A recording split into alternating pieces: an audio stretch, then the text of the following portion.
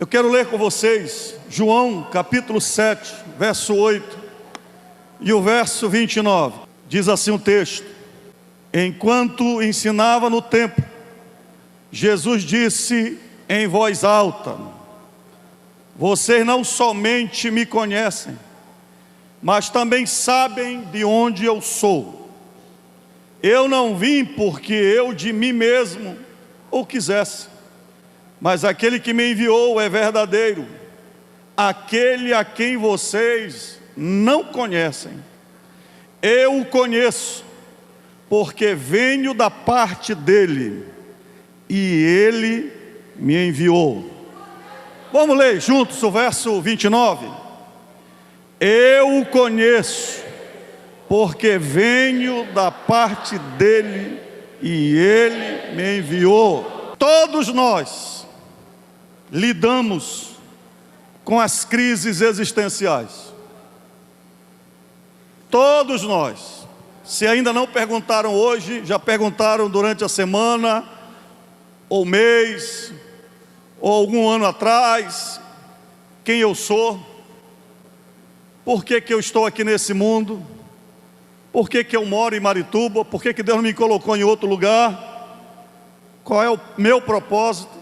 Qual é a minha missão? O que Deus quer da minha vida? A qualidade da vida de todos nós depende da resposta que damos a estas perguntas.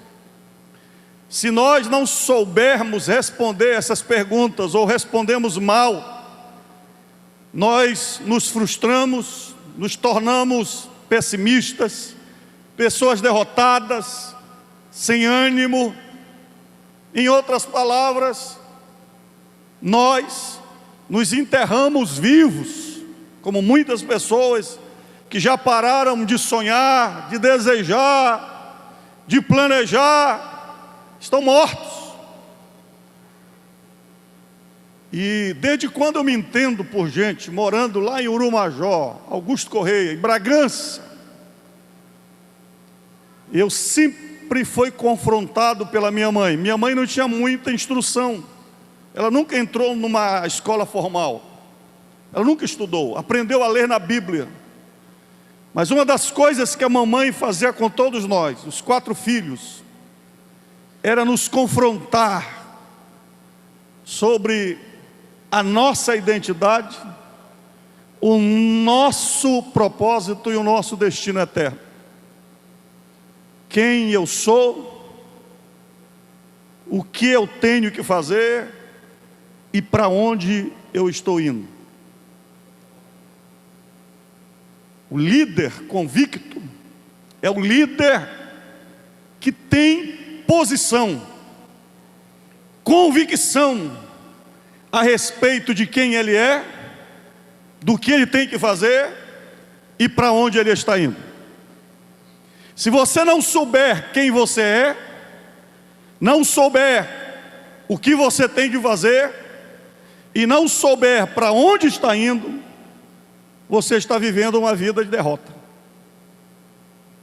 E quando nós olhamos para Jesus, especificamente aqui no capítulo 7 do Evangelho de João, que é o texto que nós vamos pegar como base para essa meditação,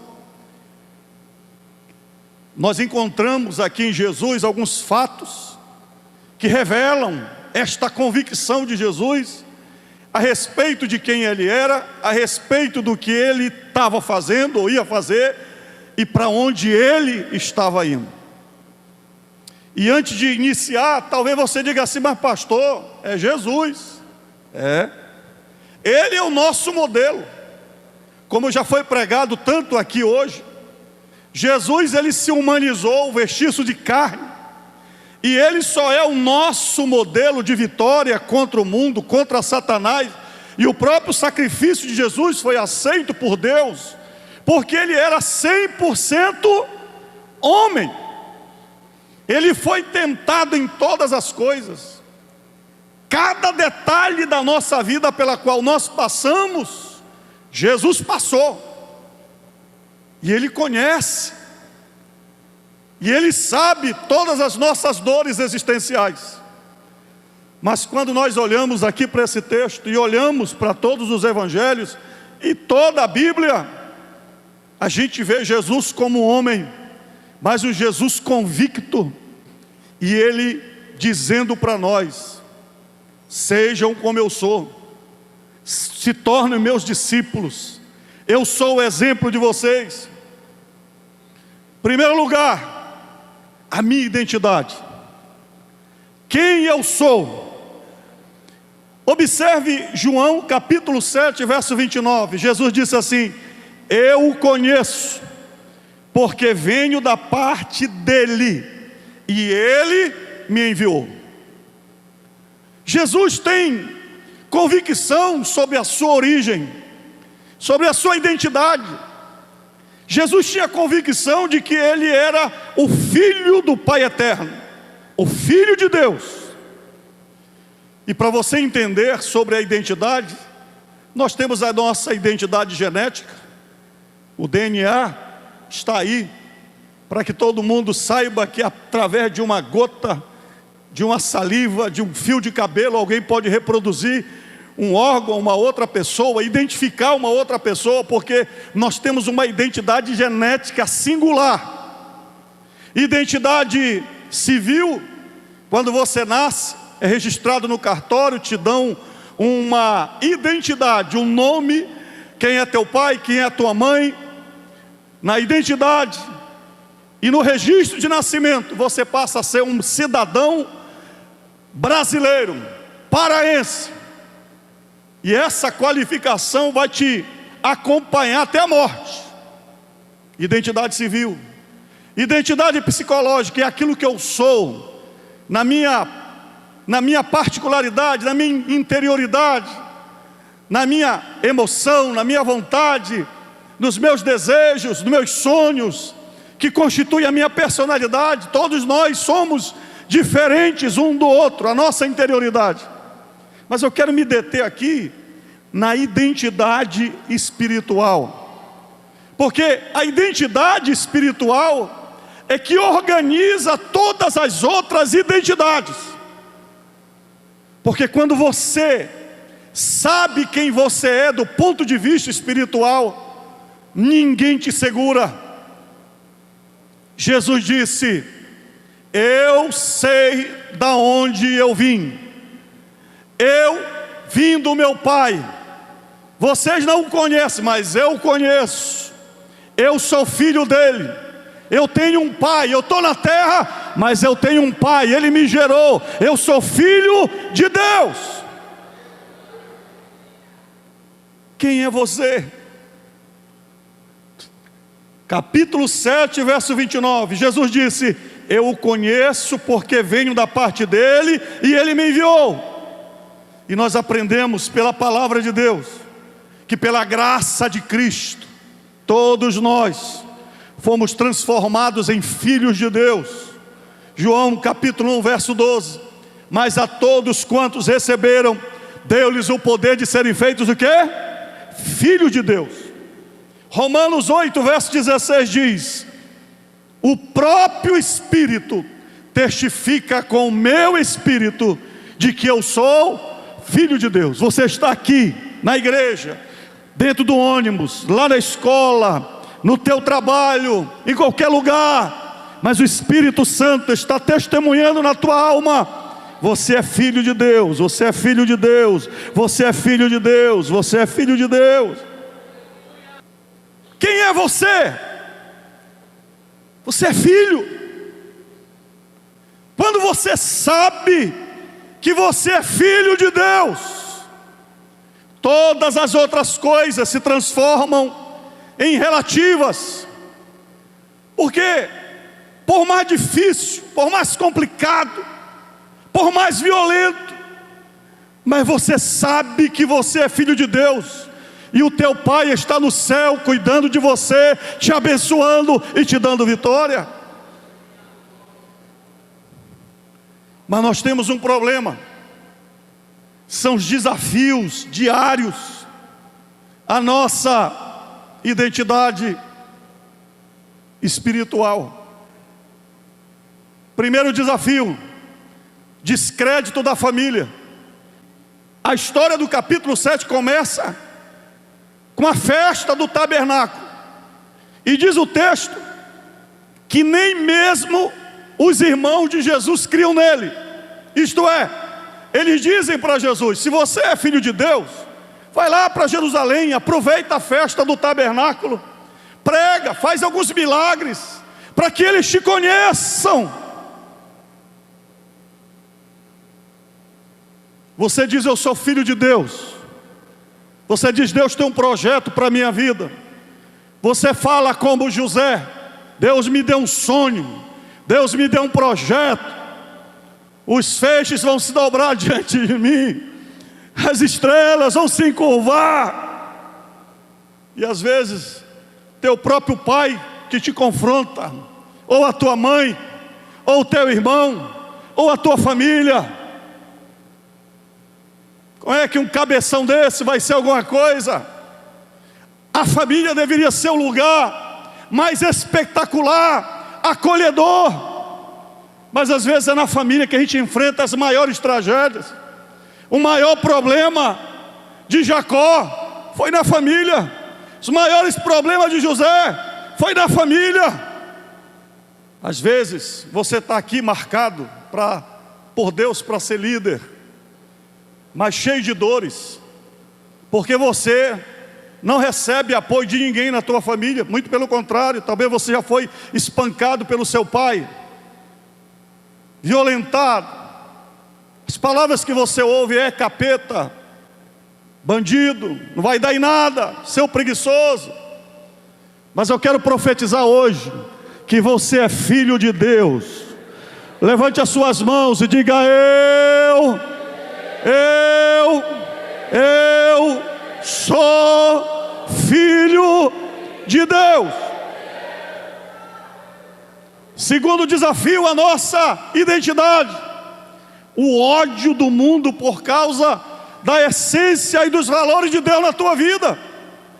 João capítulo 7, verso 7: o mundo não pode odiar vocês, disse Jesus, mas a mim ele odeia, porque eu dou testemunho a respeito dele, dizendo que as suas obras são más. As pessoas vão nos odiar pelos nossos valores. As pessoas vão dizer: eu não vou com a tua cara, eu não gosto do teu jeito, eu não te suporto. Cada vez mais a igreja será rejeitada no mundo. Não se empolgue com esse acolhimento do mundo à igreja, essa paparicação em época de eleição. Não se engane com isso. Perseguiram a Jesus por causa dos seus valores, vão nos perseguir também, mas continue crendo. Você é filho de Deus, filho de Deus. Terceiro, nós enfrentamos o desprezo dos nossos próprios líderes. E cuidado para nós não estarmos incluídos nessa classe. Se você ler João capítulo 7, verso 1, olha o que diz o texto: passadas estas coisas, Jesus andava pela Galileia, porque não desejava andar pela Judeia, visto que os judeus queriam matá-lo. Jesus não podia andar em todas as regiões da Palestina. E olha que ele só curava, pregava, ensinava, fazia o bem. Mas diz o texto que Jesus andava pela Galileia porque não desejava andar pela Judeia, visto que os judeus queriam matá-lo. As pessoas vão querer te matar porque tem inveja de você, teu brilho incomoda, o sucesso te ofusca.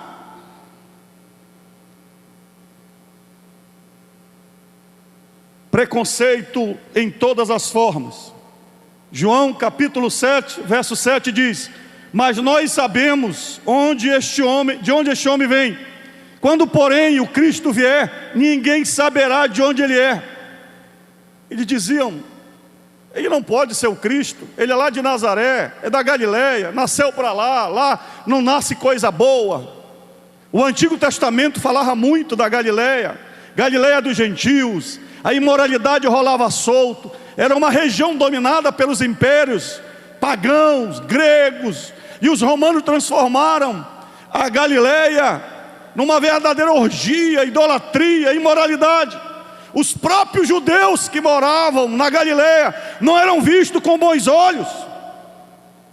Se você ler João capítulo 1, verso 46, o próprio Natanael, discípulo de Cristo, escolhido por ele, então Natanael perguntou: de Nazaré pode sair alguma coisa boa?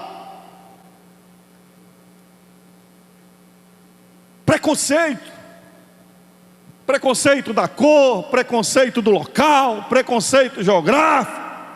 Pode sair alguma coisa boa de Marituba? Levante as suas mãos, diga: eu sou filho de Deus. Eu sou filho de Deus. Não deixe nada abalar a sua identidade. Você é filho de Deus. Continue marchando, continue realizando a vontade e o projeto de Deus.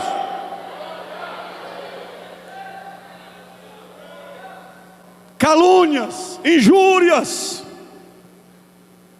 Você foi escolhido para trabalhar na igreja, liderar alguma área da igreja. A ideia que você tem é que todo mundo vai te paparicar, vai orar por você, vai te aplaudir. João capítulo 7, verso 12, tudo capítulo 7. Diz o texto: e havia grande murmuração a respeito de Jesus entre as multidões. Uns diziam: ele é bom, e outros afirmavam: não é, ele engana o povo. No verso 20, a multidão respondeu: você tem demônio. Quando eu assumi Marituba, a cantiga era: pastor Itamar não faz nada, já está velho, a guerra está parada. Grande homem de Deus. Eu assumi a igreja com 13 meses de trabalho. Minha esposa me mostrou os Facebook rolando, gente que nem era daqui, dizendo: pastor Reinaldo vai quebrar a igreja, pastor Reinaldo vai arrebentar a igreja, esses irmãos vão morrer. Até hoje tem gente que chega comigo: pastor, o senhor pede muita oferta, o povo está cansado, está morrendo. E eu pego no braço do indivíduo que traz a mensagem e pergunto: me diz, quem é que está morrendo? 10 anos ninguém morreu, 10 anos ninguém faliu, 10 anos. Vão te injuriar, vão caluniar você, mas diga: eu sou filho de Deus. Eu sou filho de Deus. Eu sou filho de Deus.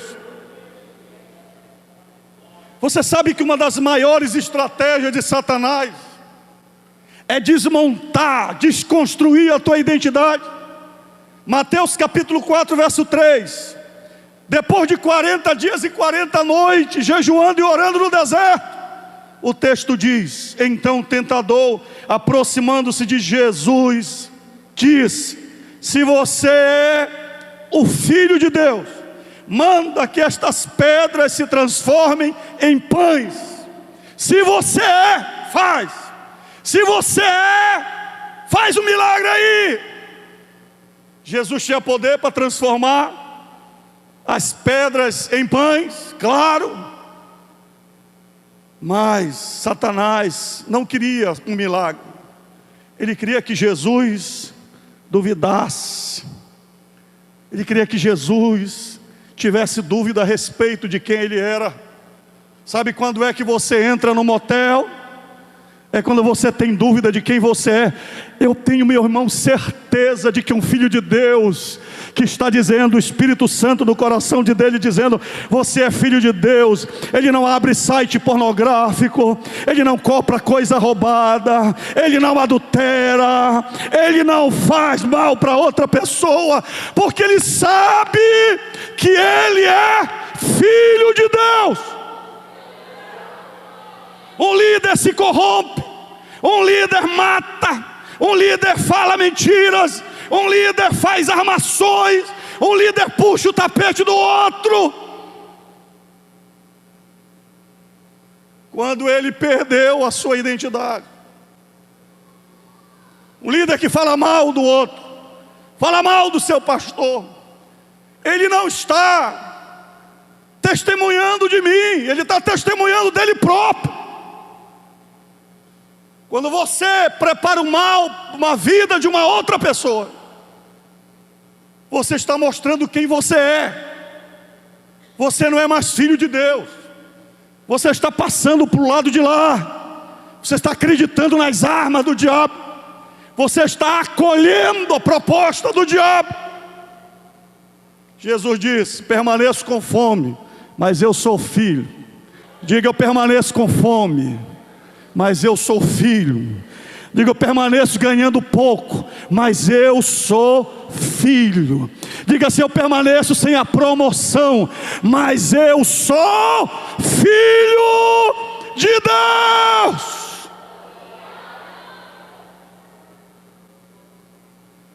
E como é, pastor, que a minha identidade é confirmada diariamente? Quando você ora, tem comunhão com Deus. É por isso que Jesus te fecha a porta do teu quarto e ora. Fecha a porta do teu quarto e ora.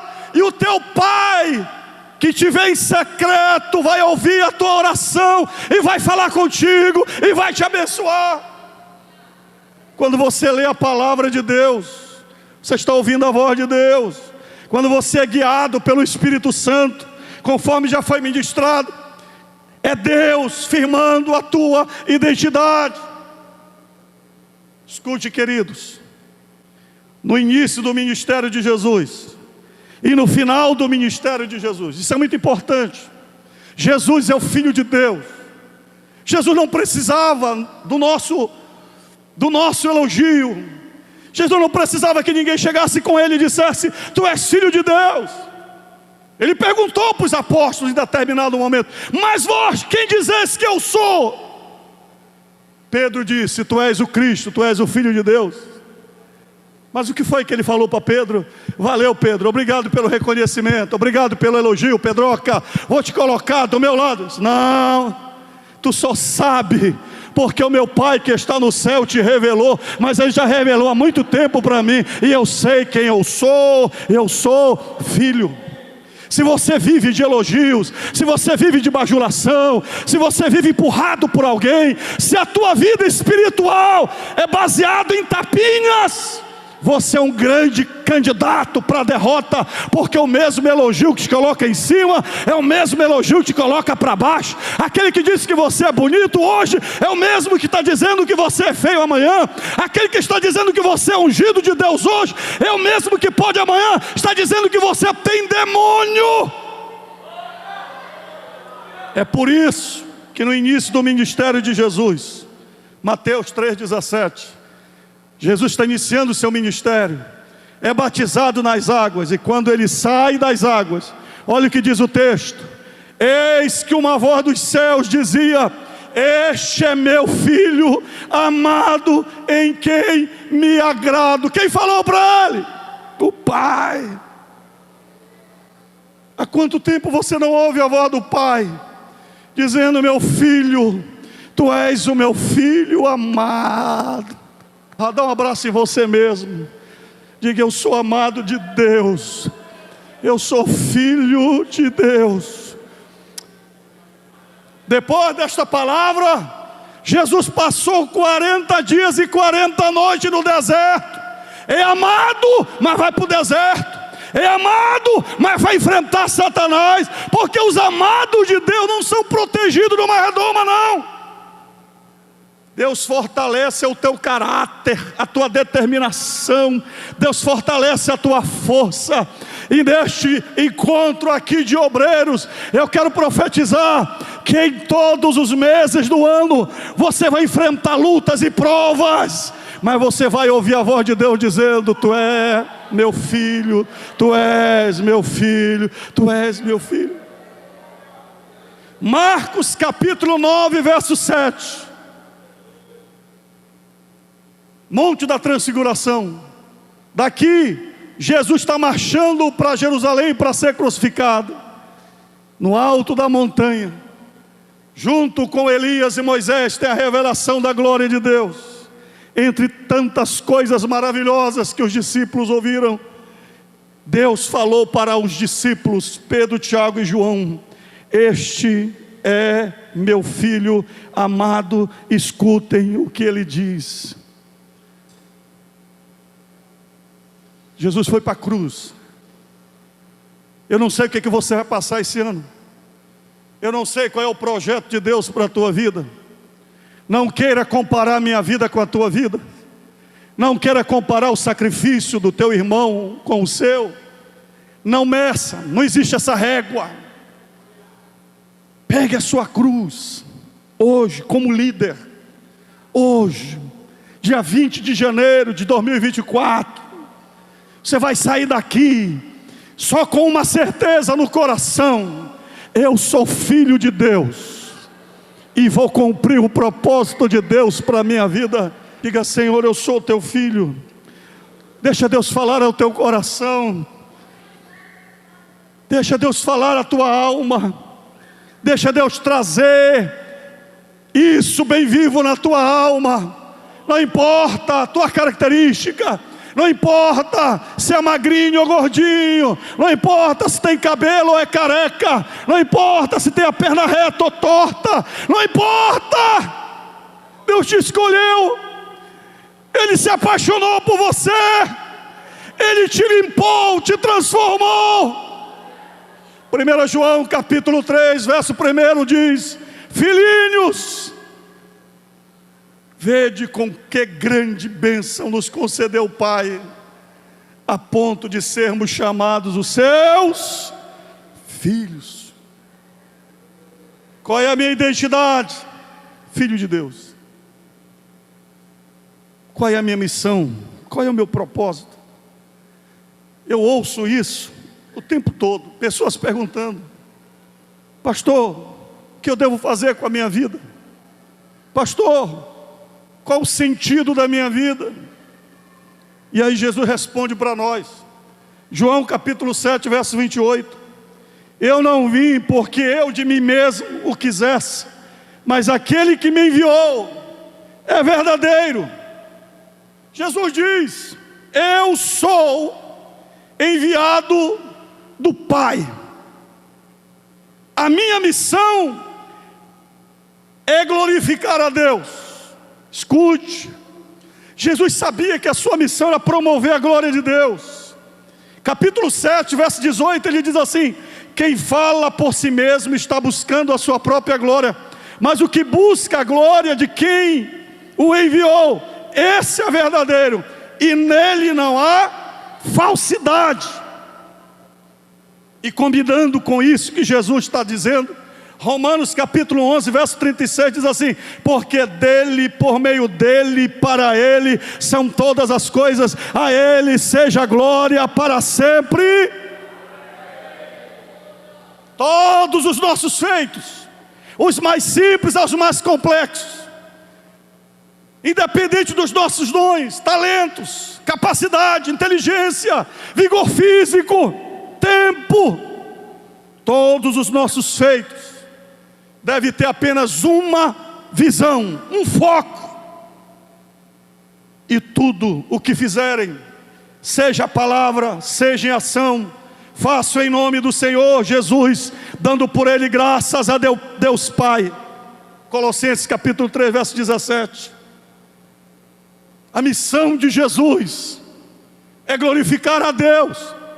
Queridos, nós estamos muito preocupados com o que vamos fazer, quando a nossa maior preocupação deveria ser: para quem estou fazendo, para quem estou realizando, a quem estou agradando.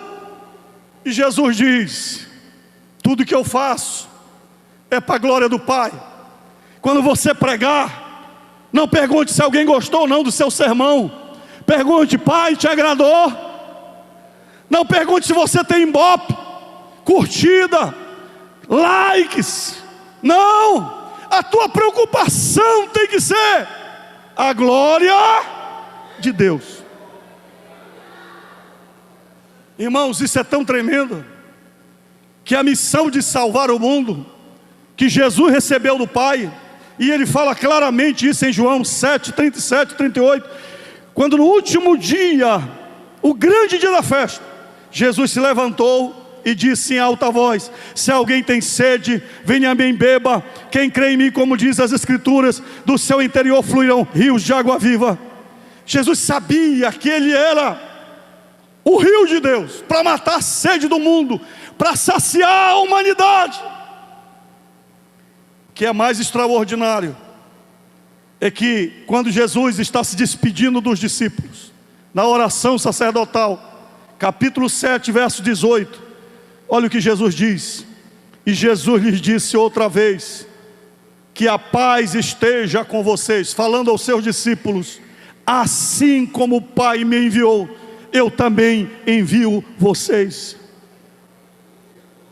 Conforme já foi falado aqui, a mesma missão que Jesus recebeu do Pai, de ser a água viva para matar a sede do mundo, Jesus está dizendo: a mesma missão que o Pai me deu, eu dou agora a vocês. Levem essa água.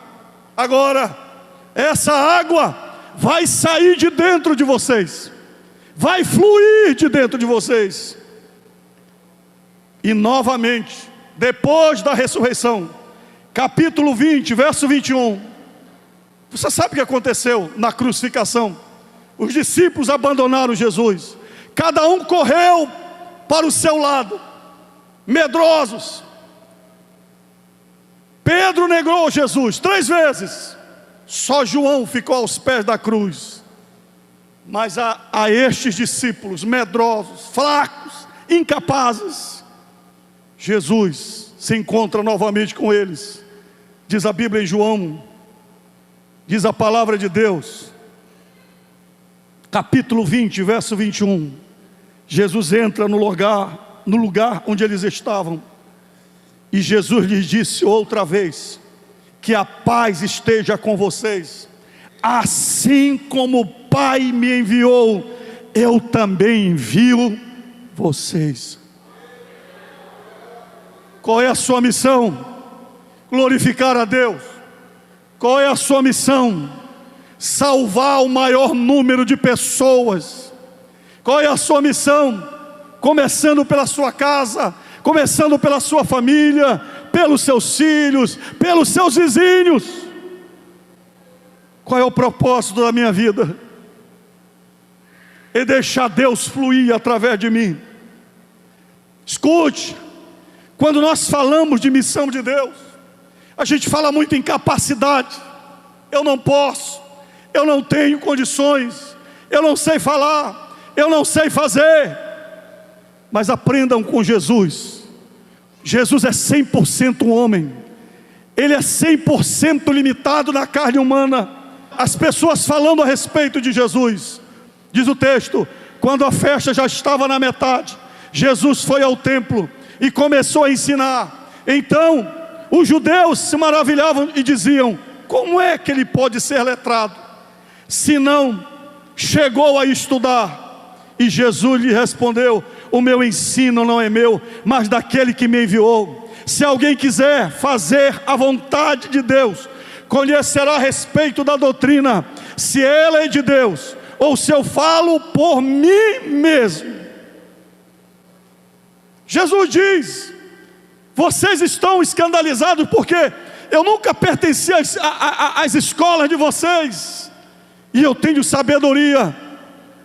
Queridos, naquela época, o estudo era reservado para pessoas privilegiadas. Onde Jesus vinha? De onde ele vinha? Vinha de Nazaré, vinha da Galileia, mas Deus o capacitou. Hoje nós temos escolas, hoje nós temos cursos. Deus coloca diante de você todas as possibilidades, mas a maior capacitação para você fazer a obra de Deus, Deus vai te dar capacidade para realizar a sua obra. João capítulo 5, verso 19. Jesus disse assim: então Jesus lhes disse: em verdade lhes digo, que o Filho nada pode fazer por si mesmo, senão somente aquilo que vê o Pai fazer, porque tudo o que este fizer, o Filho também faz. Como é que eu vou fazer, pastor? O Pai vai te ensinar a executar os projetos que Ele colocar na tua mão para você realizar. O mesmo Deus que pegou na mão de Noé, o mesmo Deus que pegou na mão de Daniel, o mesmo Deus que ensinou Moisés, o mesmo Deus que ensinou Jesus, Ele vai te ensinar a fazer coisas maiores, disse Jesus.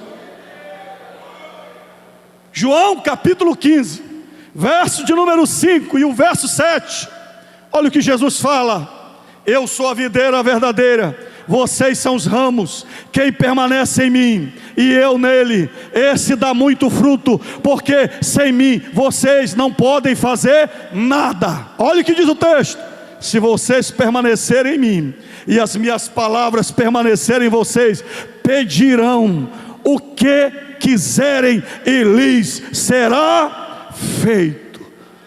Diga: no ano de 2024 eu receberei autoridade, unção, poder, inteligência, recursos para fazer tudo aquilo que Deus colocar nas minhas mãos. Não há limites humanos para o que Deus quer fazer na tua vida. A palavra de Deus diz: aquele que é poderoso para fazer muito mais do que pedimos ou pensamos, Ele vai fazer segundo o poder que opera na sua vida, em nome do Senhor. Quando nós falamos de missão, nós estamos falando do tempo de Deus, submissão e direção ao tempo de Deus. Escute, João capítulo 7, verso 6. Então Jesus lhes disse para quem? Para os seus irmãos: o meu tempo ainda não chegou, mas para vocês qualquer tempo é oportuno, mas vocês vão para a festa. Eu não vou, porque o meu tempo ainda não se cumpriu. Moisés foi chamado com 80 anos de idade, com 40 ele fugiu para o deserto, porque era o tempo de Deus. Abraão foi chamado com 75, o filho nasceu com 100, Isaac, porque era o tempo de Deus. Daniel, 12 aninhos na Babilônia, foi profeta, foi conselheiro de vários reis, dos 12 até os 85, e a gente está vendo Daniel no capítulo 10 orando e incomodando os céus. É o tempo de Deus. O que eu quero dizer para você: não permita que outras pessoas manipulem a sua missão. A vida é muito curta para desperdiçar em coisas sem sentido e fúteis. Como é que você gasta seu tempo? Quanto tempo você lê a Bíblia? Quanto tempo você gasta em coisas fúteis que não levam a nada? Quanto tempo você gasta relacionamentos que não produzem nada? Vamos para cá, vamos para lá. Os irmãos de Jesus queriam dirigir a vida dele. Vai para a festa. Jesus disse: eu não vou, vão vocês. Vocês podem ir, porque para quem não tem o que fazer, para quem não tem rumo, para quem não tem propósito, todo tempo é tempo para qualquer coisa. Mas eu tenho tempo, eu tenho propósito, eu tenho chamado, eu tenho direcionamento. Tempo para cuidar da família, tempo para namorar com a esposa, tempo para educar os filhos, tempo para ler a palavra de Deus, tempo para estabelecer aquilo que Deus está determinando para você. Não faça nada por empolgação, ou só para agradar as pessoas. Você sabe dizer não? Você sabe dizer não? O bem mais precioso de Deus é a vida. Então o tempo é precioso. Diga: aprenda a dizer não, e aprenda a dizer sim. Aprenda a dizer não para pessoas que querem manipular a sua vida. Gente que não quer trabalhar, gente que não quer pagar o preço, mas quer te usar. Diga não. Jesus disse não. Vamos lá, Jesus na festa. Não.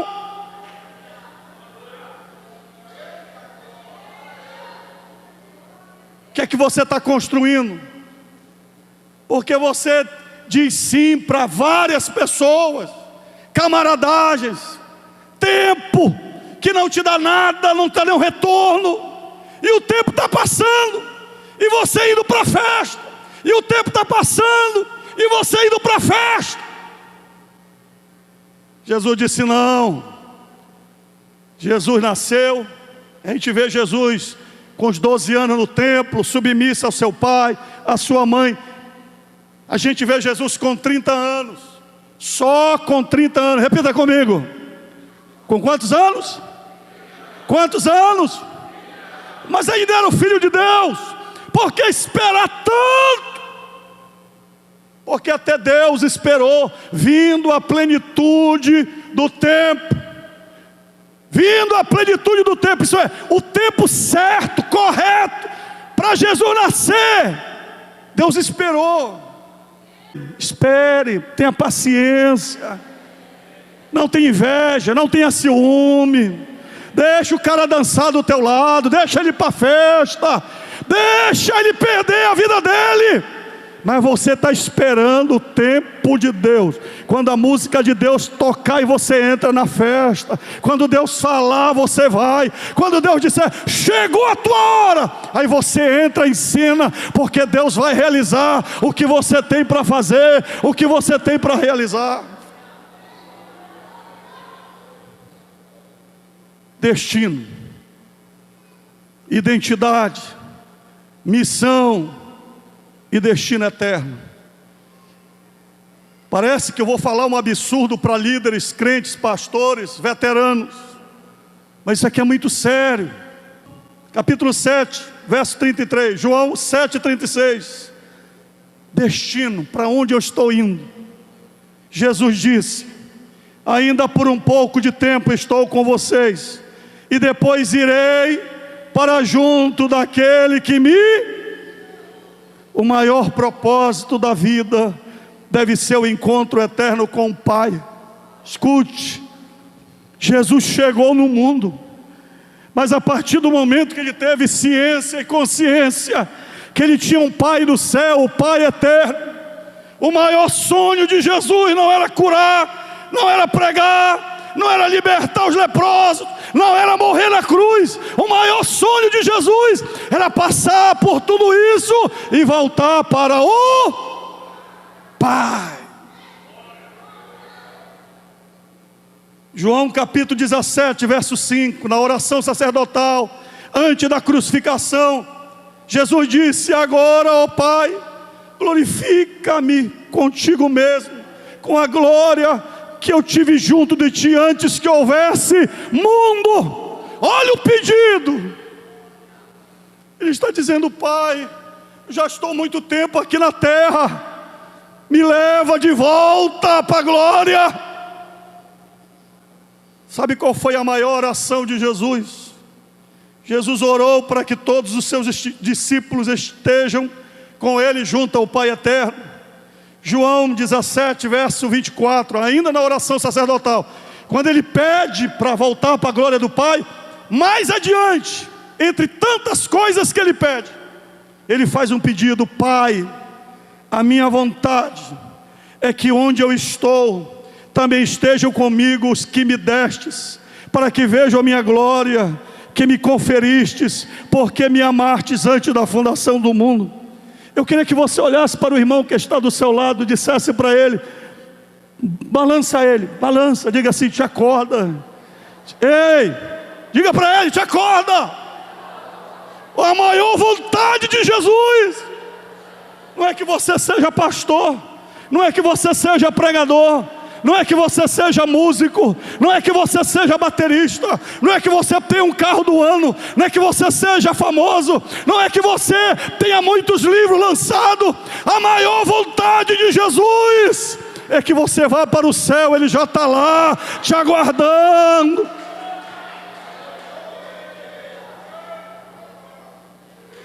Sabe, queridos, identidade, missão e destino.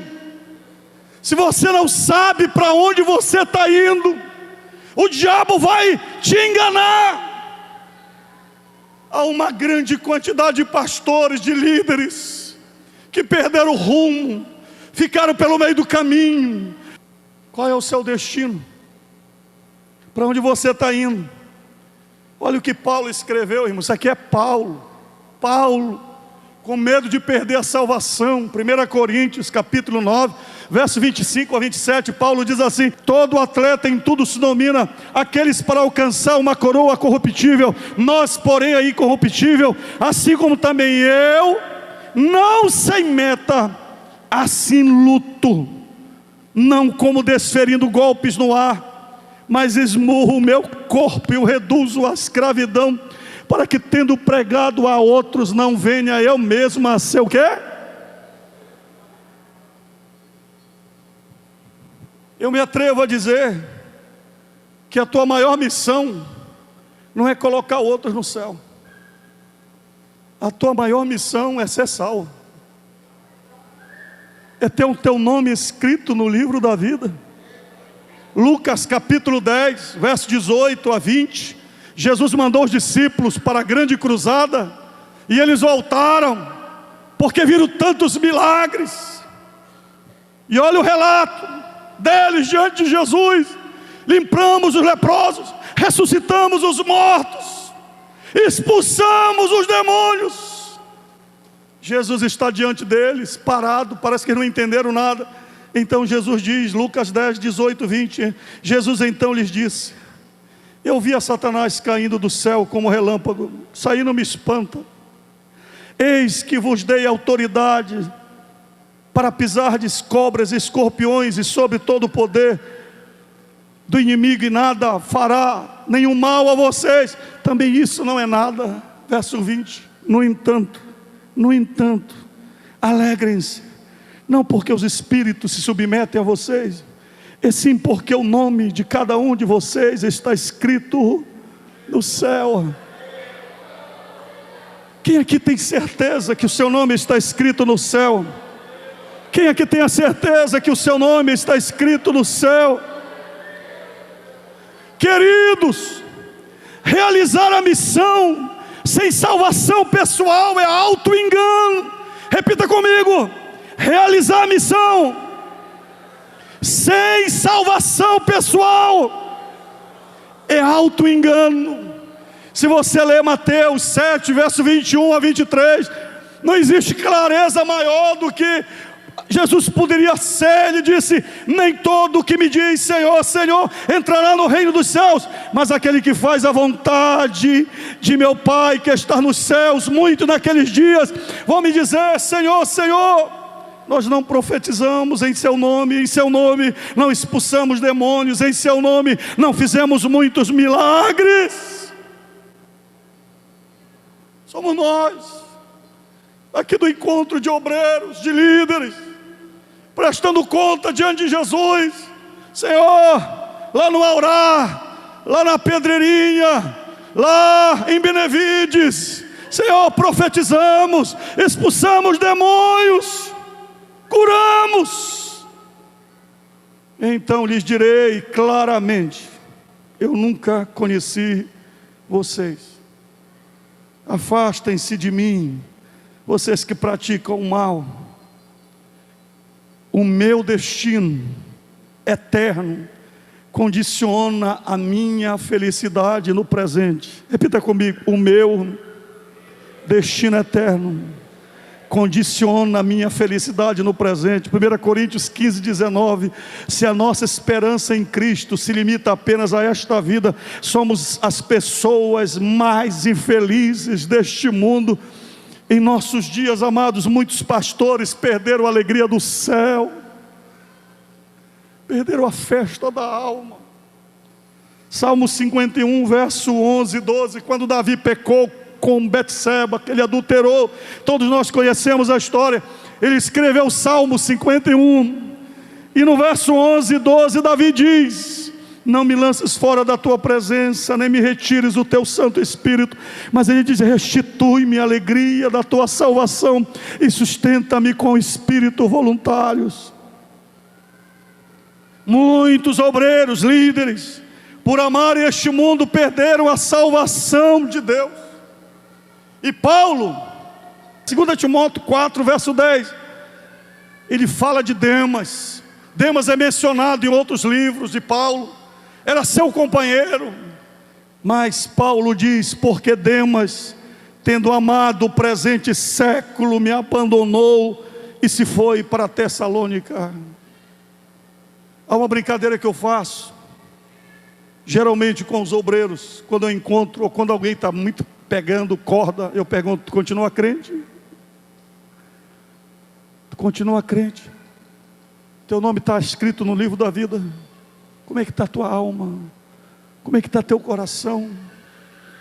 A convicção da nossa identidade, a convicção da nossa missão, a convicção do nosso destino, nos dá certeza de termos uma vida vencedora em nome do Senhor Jesus.